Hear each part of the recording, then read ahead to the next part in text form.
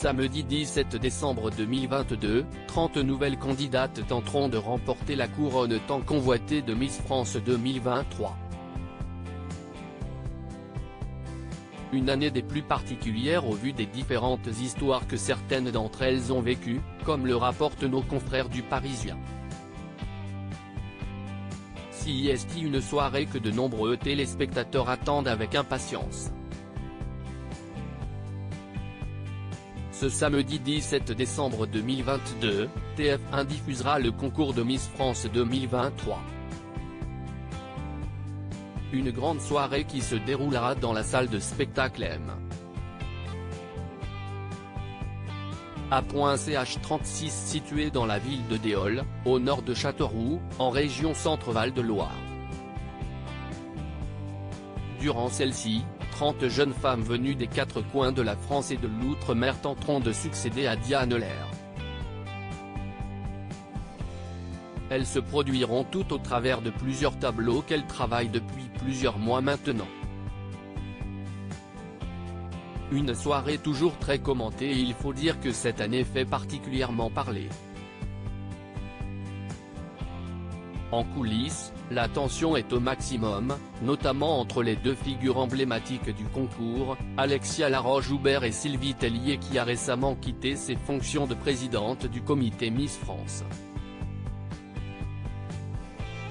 Alors que pendant de longs mois elles ont tenté de cacher tant bien que mal leur animosité, leur voyage de préparation en Guadeloupe a été le théâtre de cette rivalité. C'est incroyable d'avoir autant d'histoires personnelles si fortes. Mais samedi 17 décembre 2022, ce n'est pas en coulisses que les yeux seront rivés mais bien sûr les 30 candidates. Et cette année s'annonce particulière puisque parmi les prétendantes au titre, certaines ont vécu des histoires on ne peut plus fortes comme le rapportent nos confrères du Parisien ce samedi 10 décembre 2022. Selon Frédéric Gilbert, le producteur du programme, cette année, CIST l'année des guerrières, c'est vraiment l'année des guerrières. Et ce n'est pas la volonté de la production. Elles ne sont pas là à la suite d'un casting, mais parce qu'elles ont été élues. C'est juste un reflet de la société de 2022. Dans les guerrières, on retrouve notamment Agathe Coët, Miss Nord-Pas-de-Calais, favorite du concours, qui s'est fait enlever une tumeur de 9 kg alors qu'elle n'était âgée que de 17 ans. Marine Paulet, Miss Poitou-Charentes, a elle été victime de violences familiales, j'ai vécu des violences familiales avec ma mère et ma sœur. Nous avons manqué de soutien. On a dû gérer la situation seul. Il faut faire bouger les choses.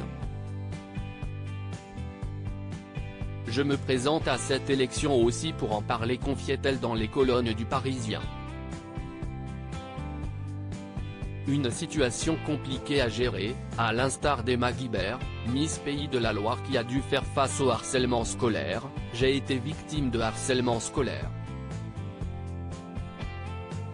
Quand j'étais plus jeune, les autres me trouvaient très maigre et très grande. Miss France, c'est une petite revanche, de défiler, de m'exprimer en public. Cela m'a donné confiance en moi. Je me sens enfin femme. Un autre combat mené par Flavie Barla, Miss Côte d'Azur, touchée par un cancer de la peau alors qu'elle était enfant, depuis toute petite, je veux devenir médecin.